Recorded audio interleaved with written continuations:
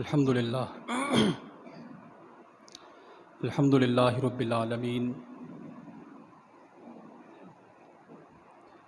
الصلاۃ والسلام علی سید الانبیاء والمرسلین وعلی آلہ واصحابہ اجمعین، اما بعد فاعوذ باللہ من الشیطان الرجیم، بسم اللہ الرحمن الرحیم۔ وَإِذِ ابْتَلَىٰ إِبْرَاهِيمَ رَبُّهُ بِكَلِمَاتٍ فَأَتَمَّهُنَّ، صدق اللہ مولانا العظیم وبلغنا رسولہ النبی الکریم الامین، ونحن علی ذلک لمن الشاہدین والشاکرین والحمد للہ رب العالمین۔ مولایا صلی وسلم دائما ابدا علی حبیبک خیر الخلق کلہم، هو الحبیب الذی ترجى شفاعته لكل هول من الاحوال مقتحم، فإن من جودك الدنيا وضرتها، ومن علومك علم اللوح والقلم، بلغ العلا بکمالہ کشف الدجى بجمالہ، حسنت جمیع خصالہ صلوا علیہ وآلہ، ان اللہ وملائکتہ یصلون علی النبی، یا ایہا الذین آمنوا صلوا علیہ وسلموا تسلیما، الصلاۃ والسلام علیک یا سیدی یا رسول اللہ، وعلی آلک واصحابک یا سیدی یا حبیب اللہ، الصلاۃ والسلام علیک یا سیدی یا نبی اللہ، وعلی آلک واصحابک یا سیدی یا خاتم النبیین۔ نہایت عزت و احترام کے لائق سامعین و حاضرین، اللہ رب العالمین کے فضل، اس کے احسان اور اس کی توفیق سے نبی اکرم نور مجسم رحمت دو عالم فخر آدم و بنی آدم صلی اللہ علیہ وآلہ وسلم کی نالین اقدس کے تصدق سے ہم سب نماز جمعۃ المبارک کی ادائیگی کے لیے اللہ رب العالمین کے حضور حاضر ہیں۔ پروردگار عالم ہم سب کی اس حاضری کو اپنی بارگاہ میں شرف عزت عطا فرمائے۔ آج کی ہماری گفتگو کا عنوان جناب سیدنا حضرت ابراہیم علیہ السلام۔ جناب سیدنا حضرت ابراہیم علیہ السلام کو پروردگار عالم نے اپنا خلیل بنایا ہے، خلیل اللہ ان کا لقب ہے۔ جناب رسول کریم صلی اللہ علیہ وآلہ وسلم حضرت ابراہیم کی ہی اولاد سے تعلق رکھتے ہیں۔ یہ بھی جناب سیدنا حضرت ابراہیم علیہ السلام کو شرف حاصل ہے۔ آپ کو پروردگار عالم نے متعدد مرتبہ آزمایا، اور جو مشہور آزمائشیں آپ پر آئیں ان میں سے ایک یہ کہ آپ کی قوم بت پرست تھی، بتوں کی پوجا کیا کرتی تھی۔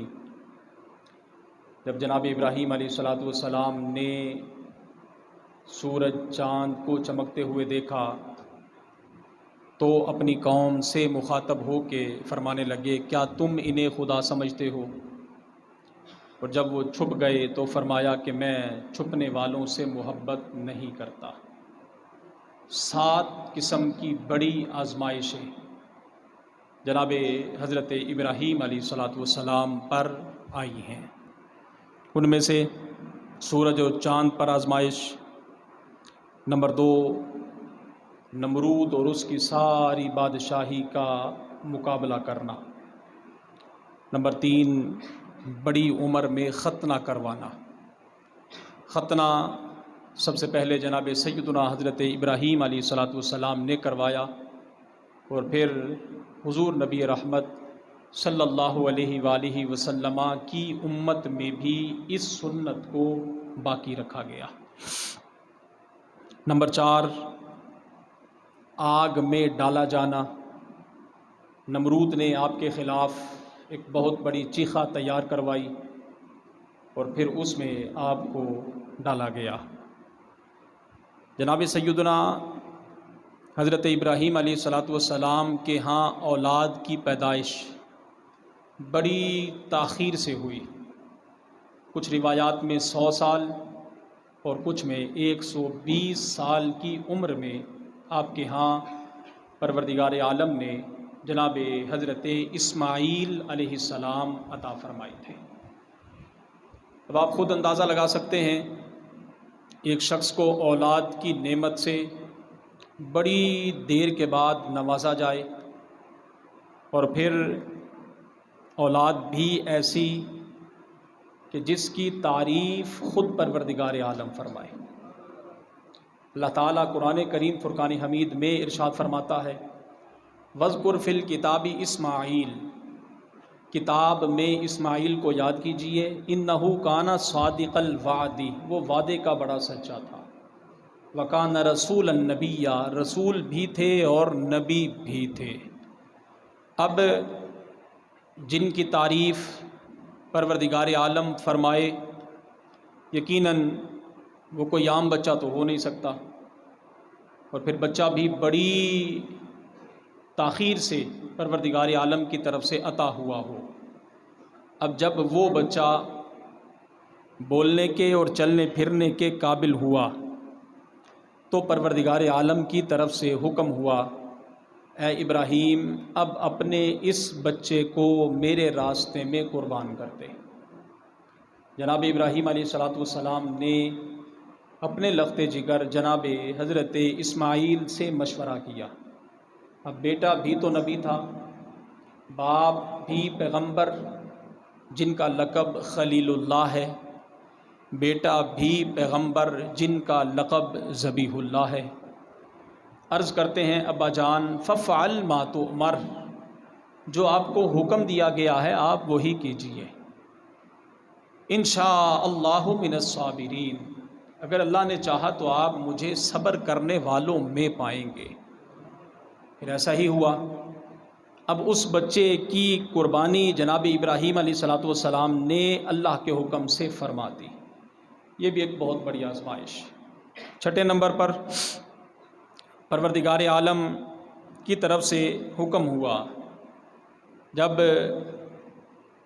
اپنے گھر والوں کو پروردگار عالم کی طرف سے یہ حکم ہوا کہ لے کر مکہ مکرمہ میں چھوڑ آئے، اللہ رب العالمین کے راستے میں وطن چھوڑ کر ہجرت کی، یہ بھی بہت بڑی آزمائش۔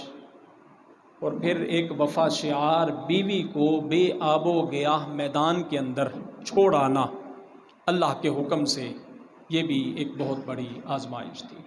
بنیادی طور پر 7 بڑی آزمائشیں کہ جن سے جناب سیدنا حضرت ابراہیم علیہ الصلاۃ والسلام کو گزارا گیا۔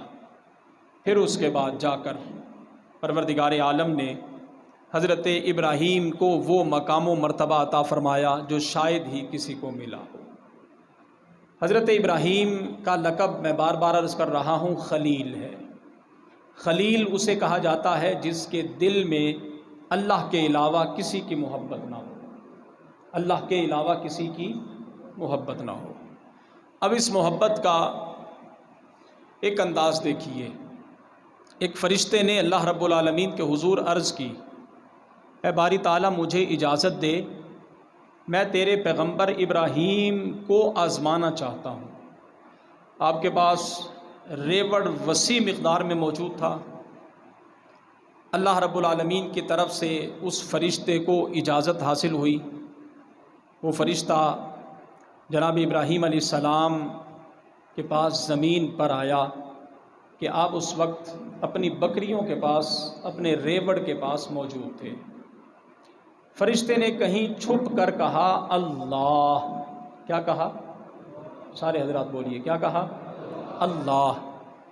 اب وہ آواز جناب سیدنا حضرت ابراہیم علیہ الصلوۃ والسلام کو بڑی خوبصورت لگی کہ نام جو محبوب کا تھا، جو محبت سچی کرتے ہیں پھر ان کے سامنے ہر لمحہ اپنا محبوب ہی ہوا کرتا ہے۔ خلیل وہ ہوتا ہے جس کے دل میں سوائے اللہ کے کسی کی محبت ہو ہی نہ۔ ایک مرتبہ چھپ کر کہا اللہ، کان لگایا کہ یہ آواز اتنی خوبصورت میرے محبوب کی کون لے رہا ہے۔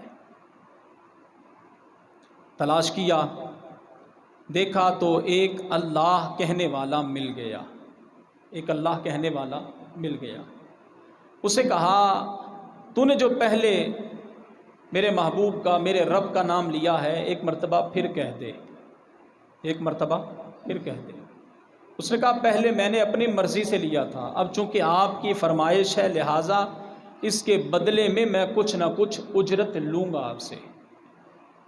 جناب ابراہیم علیہ الصلوۃ والسلام نے اسے فرمایا ٹھیک ہے، کچھ بکریاں طے ہو گئیں کہ تو مجھے ایک مرتبہ میرے رب کا نام سنا دے، بدلے میں تجھے اتنی بکریاں دے دوں گا۔ اس نے پھر کہہ دیا ایک مرتبہ اللہ۔ جو معاہدہ طے پایا تھا اس کے مطابق کچھ بکریاں اسے دے دی گئیں۔ پھر مزید شوق پیدا ہوا کہ اپنے رب کا نام مزید سنوں۔ پھر اسے کہا، اس نے پھر دوبارہ کہا کہ کچھ بکریاں اور لوں گا، ایسے ہی نہیں کہوں گا۔ کہا ٹھیک ہے۔ کرتے کرتے معاملہ یہاں تک پہنچا کہ جتنا آپ کے پاس ریوڑ تھا سارے کا سارا ہی اس کے سپرد کر دیا، اور ہر بار اسے یہ کہتے رہے کہ مجھے میرے رب کا، مجھے میرے محبوب کا نام سناتے۔ اب جب حضرت ابراہیم علیہ الصلوۃ والسلام کے پاس کچھ بھی نہیں رہا، کچھ بھی نہیں رہا، تو پھر اسے کہا کہ ایک بار پھر مجھے میرے رب کا، میرے محبوب کا نام سنا دے۔ آگے سے وہ کہنے لگا کہ اب تو دینے کے لیے آپ کے پاس کچھ بھی نہیں ہے، اب آپ کس چیز کے بدلے میں مجھ سے اپنے رب کا نام سن رہے ہیں؟ تو جناب سیدنا حضرت ابراہیم خلیل اللہ علیہ الصلوۃ والسلام نے فرمایا کہ ظاہر ہے یہ اتنا بڑا ریوڑ ہے، تو اکیلا ان کو چرا نہیں سکتا، ان کی دیکھ بھال نہیں کر سکتا، ان کی دیکھ بھال کرنے کے لیے، ان کی حفاظت کرنے کے لیے کسی خادم کی بھی تو ضرورت پڑے گی، کسی خادم کی بھی تو ضرورت پڑے گی، لہٰذا بکریوں کی دیکھ بھال کے لیے مجھے اپنا خادم رکھ لے، بدلے میں مجھے میرے رب کا نام سنا دے۔ اب جب سب کچھ دینے کے بعد خود خدمت کے لیے موجود ہیں، جب فرشتے نے دیکھا حضرت ابراہیم علیہ الصلوۃ والسلام تو مزید آگے سے آگے بڑھتے چلے جا رہے ہیں، تو پھر اس نے عرض کیا حضور یہ بکریاں بھی آپ کی، ریوڑ بھی آپ کا، میں تو اللہ کی طرف سے ایک فرشتہ تھا، آپ کی آزمائش کے لیے آیا تھا، لہٰذا آپ اپنی آزمائش میں، امتحان میں کامیاب ہوئے، آپ کو مبارکباد ہو۔ تو خلیل وہ ہوتا ہے جو ہر حال میں اپنے رب کی رضا چاہتا ہے، خلیل وہ ہوتا ہے جو ہر حال میں اپنے رب کی رضا چاہتا ہے۔ جناب سیدنا حضرت ابراہیم علیہ الصلوۃ والسلام نے جب اعلان نبوت فرمایا، لوگوں کو اللہ رب العالمین کی وحدانیت کی طرف بلانا شروع کیا، تو یہ ابتدا سے لے کر آج تک اور تا صبح قیامت ایک دستور چلا آیا ہے کہ ہر حق پرست کے مقابلے میں باطل پرست ہوا کرتا ہے۔ بادشاہ اور اس کی ساری قوم آپ کے مخالف ہو گئی، وہ شخص جس کو بادشاہی میرے رب نے عطا کی تھی، اب ہونا تو یہ چاہیے کہ جس انسان پر میرے رب کا جتنا زیادہ فضل ہو وہ اتنا ہی زیادہ جھک جائے، اس کی بندگی اختیار کرے، اس کا شکر بجا لائے۔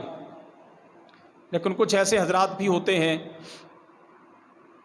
کہ جیسے جیسے پروردگار عالم ان کو اپنے انعامات سے نوازتا ہے، جیسے جیسے ان پر اللہ کا فضل ہوتا ہے، وہ جھکنے کی بجائے مزید اکڑتے چلے جاتے ہیں. اور پھر اگر کبھی بھی، یہ صرف نمرود، فرعون، حامان، قارون وغیرہ کے ساتھ خاص نہیں، بلکہ آج تک اور پھر رہتی دنیا تک جب بھی کسی کو پروردگار عالم کوئی چیز عطا کرے، کوئی عہدہ، کوئی منصب عطا کرے، اور وہ جھکنے کی بجائے مزید اکڑ جائے، تو وہ سمجھ لے کہ اب اس کے زیادہ دن نہیں ہیں، اب اس کے زیادہ دن نہیں ہیں. اور یہ ایک عمومی بات بھی دیکھنے میں آتی ہے کہ جس انسان کو کوئی عہدہ ملتا ہے، بجائے اس کے کہ وہ اللہ کا شکر ادا کرے، اکڑتا ہے، دوسرے کو حقیر سمجھتا ہے. حالانکہ اگر میں اور آپ اپنی تخلیق پر، اپنی پیدائش پر غور و فکر کریں تو ہم ہیں کیا؟ کچھ بھی تو نہیں. پروردگار عالم انسان ہی کی تخلیق کے حوالے سے قرآن کریم فرقان حمید میں مختلف مقامات پر انسان کی رہنمائی کرنے کے لیے، انسان کو تنبیہ کرنے کے لیے میرے رب نے متعدد مقامات پر انسان کو اس کی اوقات یاد دلائی ہے کہ انسان ہے کیا. کاش کہ ہم میں سے ہر شخص کبھی نہ کبھی تنہائی میں بیٹھ کر یہ سوچ لے کہ ہم ہیں کیا اور بنے کیا پھر رہے ہیں. انسان کی تخلیق کی طرف اگر دیکھا جائے تو 30ویں پارے میں سورہ طارق کے اندر اللہ تعالیٰ ارشاد فرماتا ہے، خلق من ماء دافق، انسان کو ایک پانی کے قطرے سے پیدا کیا گیا ہے. انسان کو ایک پانی کے قطرے سے پیدا کیا گیا. یخرج من بین الصلب والترائب، اب وہ ایک قطرہ آیا کہاں سے؟ ماں کی پسلیوں سے لیا گیا، باپ کی پشت سے لیا گیا. اب پھر جب وہ قطرہ ماں کے رحم میں پہنچا تو پروردگار عالم ارشاد فرماتا ہے، ثم خلقنا النطفۃ علقہ، پھر ہم نے اس پانی کی بوند کو خون میں تبدیل کر دیا.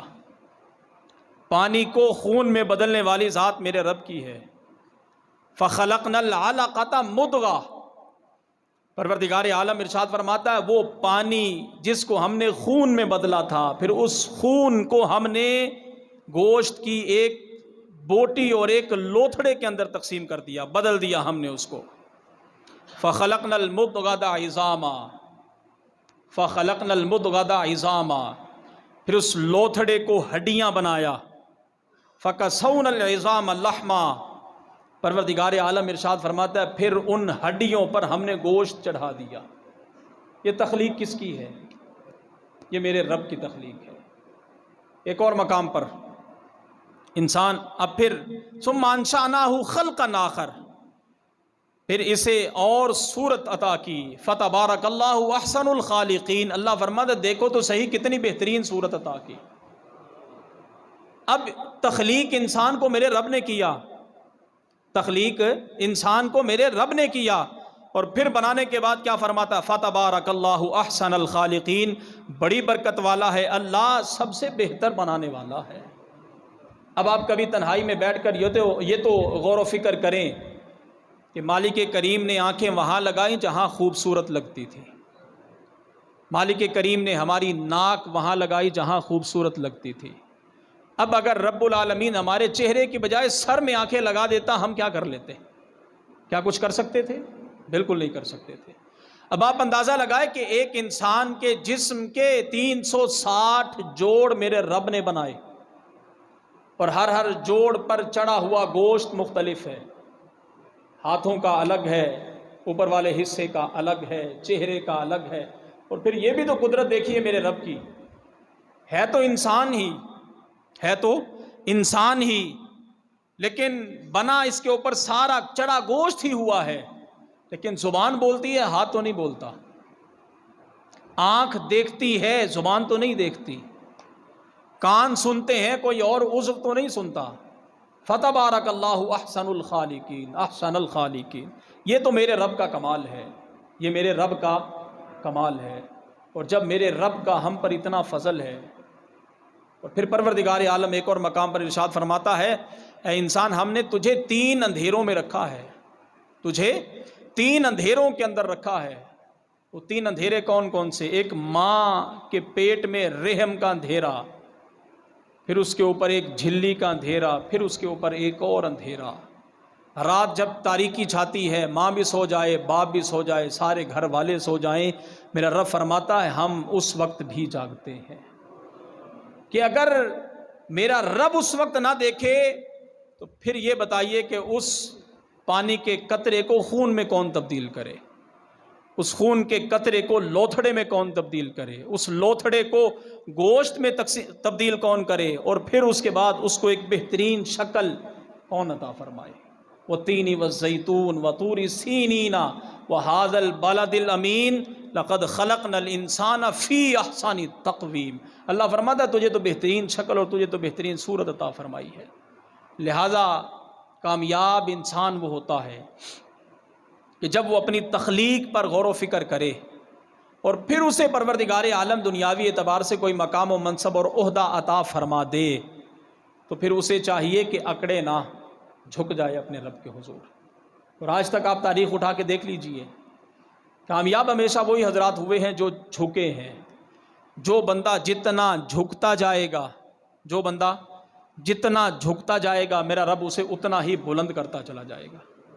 جناب ابراہیم علیہ السلام کے مقابلہ میں نمرود تھا، ہونا تو یہ چاہیے تھا کہ اس کو بادشاہت دی گئی، اسے بادشاہت دی گئی، اللہ اکبر، رب العالمین کا فرما بردار بنتا، لیکن اس نے کیا کیا؟ اس نے بجائے فرما برداری اختیار کرنے کے کہنے لگا اپنی قوم کو کہ مجھے خدا کہو، اپنے آپ کو سجدہ کرواتا تھا، اپنے آپ کو سجدہ کرواتا تھا۔ جناب سیدنا حضرت ابراہیم علیہ السلام کا اس سے مناظرہ ہوا، آپ نے اس سے فرمایا باز آ جا، اللہ رب العالمین وحدہ لا شریک ہے، اللہ رب العالمین وحدہ لا شریک ہے، وہ پروردگار ہے، اس کے علاوہ کسی کے لیے سجدہ جائز، بولیے کسی کے لیے سجدہ جائز نہیں ہے۔ اب ہونا تو یہ چاہیے تھا کہ پیغمبر سامنے موجود تھے، مان لیتا، لیکن آگے سے اس نے مناظرہ کیا جناب سیدنا حضرت ابراہیم علیہ السلام سے، اور پھر مختلف مقامات پر پروردگار عالم نے تذکرہ بھی اپنی کتاب العرب کے اندر کیا۔ حضرت ابراہیم علیہ السلام نے اسے دلیل دی کہ اللہ وہ ہے جو انسان کو مارتا بھی ہے، زندگی بھی عطا کرتا ہے۔ اس نے کہا یہ کام تو میں بھی کر سکتا ہوں۔ دو حضرات کو بلایا، دونوں قیدی تھے، ایک ایسا شخص تھا جس کو سزائے موت ہو چکی تھی، اور ایک ایسا شخص تھا جس نے ابھی عنقریب رہا ہو جانا تھا۔ اب وہ بندہ جس کو سزائے موت ہونی تھی اسے اس نے کہا کہ اسے آزاد کر دیا جائے، اور وہ شخص جس نے آزاد ہونا تھا اسے کہا کہ اسے سولی پر چڑھا دیا جائے۔ کہنے لگا دیکھیں میں بھی زندہ کرتا ہوں، میں بھی مارتا ہوں، حالانکہ اب یہ کوئی حقیقی زندہ کرنا اور مارنا تو نہیں ہے۔ قال ابراہیم فإن اللہ یأتی بالشمس من المشرق فأت بها من المغرب۔ یہاں ہی اس بات کو چھوڑ کر جناب ابراہیم علیہ السلام نے اللہ کے وحدہ لا شریک ہونے پر دوسری دلیل پیش کی۔ اسے کہا اللہ کا قرآن کہتا ہے کہ میرا رب اللہ ہے، اور اللہ وہ ہے جو سورج کو مشرق سے لاتا ہے، جو سورج کو مشرق سے لاتا ہے، مغرب میں اسے چھپا دیتا ہے۔ اب اگر تو بھی خدا ہے تو فأت بها من المغرب، تو اسے مغرب سے نکال کے دکھا۔ فبہت الذی کفر، فبہت الذی کفر، اللہ کا قرآن کہتا ہے بس پھر اس کافر کے ہوش اڑ گئے، اسے کچھ نہ سوجا۔ اور یہ بھی بات آپ بخوبی جانتے ہیں، جو بندہ دلائل دینے سے عاجز آ جاتا ہے وہ پھر لڑائی جھگڑا کرتا ہے۔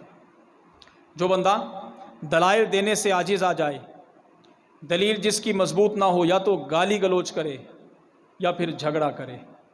اس وقت سے لے کر آج تک معاملات ایسے ہی چلتے چلے آ رہے کہ جب جب بھی کوئی شخص دلائل سے عاجز آیا اس نے پھر راہ فرار اختیار کی، اور بالآخر ہر شخص جانتا ہے کہ فتح ہمیشہ حق والوں کی ہی ہوا کرتی ہے۔ نمرود نے بڑے بڑے جتن کیے کہ جناب ابراہیم علیہ السلام کو کسی نہ کسی طرح زیر کیا جائے، لیکن جتنا وہ دبانے کی کوشش کرتا، پروردگار عالم جناب ابراہیم کا ذکر اتنا ہی بلند کر دیتا۔ اس نے ایک بہت بڑی چیخا تیار کی جس میں جناب ابراہیم علیہ السلام کو ڈالا جانا تھا۔ اس کی حالت یہ تھی کہ میلوں دور تک اس کی تپش محسوس کی جاتی تھی، جو بندہ حق کا ساتھ دیتا ہے پروردگار عالم اسے نوازتا ہے. جو بندہ حق کا ساتھ دیتا ہے پروردگار عالم اسے نوازتا ہے. تفاسیر کے اندر آتا ہے کہ یہ چھوٹی جو چڑیاں جن کو ہم ابابیل کہتے ہیں، چھوٹی چڑیاں ابابیل، جب نمرود نے وہ چیخا تیار کی، آگ کی شدت انتہا کی تھی، یہ بظاہر چھوٹا سا پرندہ، چھوٹی سی چڑیا دور سے اڑ کے اپنی چونچ میں پانی لاتی، اپنی چونچ میں پانی لاتی اور اس آگ کو بجھانے کی کوشش کرتی. پوچھا گیا تیری اس چونچ میں کتنا پانی آ جاتا ہے، اس سے آگ بھلا تھوڑا بجھے گی؟ تو آگے سے بڑا کمال کا اس نے جواب دیا، معلوم ہے مجھے بھی کہ آگ تو نہیں بجھے گی، لیکن کل جب قیامت کا دن ہوگا تو میرا نام آگ جلانے والوں میں نہیں، آگ بجھانے والوں میں آئے گا. اور پھر یہاں ہی چھپکلی، جس کو ہم کہتے ہیں چھپکلی، یہ پھونکے مار رہی ہے آگ تیز کرنے کے لیے. اب اس کی پھونک سے بھلا آگ کیا تیز ہونی ہے؟ تو دیکھیے پھر اس کو مارنا ثواب قرار دیا گیا، اور پروردگار عالم نے اس چھوٹی چڑیا کو انعام کیا عطا فرمایا کہ وہ ہر لمحہ رب کے گھر کا طواف کر رہی ہے، رب کے گھر کا. لہٰذا ہمیشہ حق کا ساتھ دیجئے. کبھی یہ نہ سوچئے کہ میری ایک آواز سے کیا بنے گا، میں اکیلا ہوں، میں تنہا ہوں، میری آواز سے کچھ نہیں بننے والا. نہ، آپ کبھی بھی نتیجے کی طرف نہ جائیے. کبھی بھی یہ نہ سمجھیے کہ میں اکیلا شخص آواز بلند کر کے میری آواز بس اس مسجد کی چار دیواری تک رہ جائے گی. ہمیں بھی معلوم ہے کہ آواز ہماری یہاں تک ہی رہ جائے گی، لیکن ہمیشہ فتح حق والوں کی ہوتی ہے، ہمیشہ فتح. اور یہ بھی یاد رہے نام بھی زندہ انہی کا ہوتا ہے جو حق والوں کے ساتھ رہتے ہیں، جو حق والوں کے ساتھ رہتے ہیں. جب کبھی کوئی معاملہ ہو، حق و باطل کا معرکہ لگے، ہماری جد و جہد، ہماری کوشش، ہماری ساری صلاحیتیں حق والوں کے ساتھ ہونی چاہیے. اور ہمارا نظریہ یہ ہونا چاہیے، ہمارا نظریہ یہ ہونا چاہیے، اللہ اکبر، کہ کل جب قیامت کا دن ہو اور میدان لگے اور پروردگار عالم حق اور باطل والوں کو جمع کرے، حق اور باطل والوں کو جمع کرے، تو ہمارا نام حق والوں کے ساتھ ہونا چاہیے. میں اکثر ایک مثال پیش کیا کرتا ہوں. حضرت سیدنا یوسف علیہ الصلوۃ والسلام کی جب بازار مصر میں بولی لگی، بڑے بڑے سوداگر آئے، بڑے بڑے خریدار اور بڑے بڑے مالدار آئے. وہاں اسی بازار کے اندر ایک بوڑھی خاتون سوت کی اٹی لے کر بھی تو موجود تھی خریدنے کے لیے. اس خاتون کو کسی نے کہا تیری عقل نہیں کام کرتی، یہاں بڑے بڑے سوداگر موجود ہیں، بڑے بڑے سوداگر، خریدار، تاجر موجود ہیں، تجھے یوسف کون دے گا؟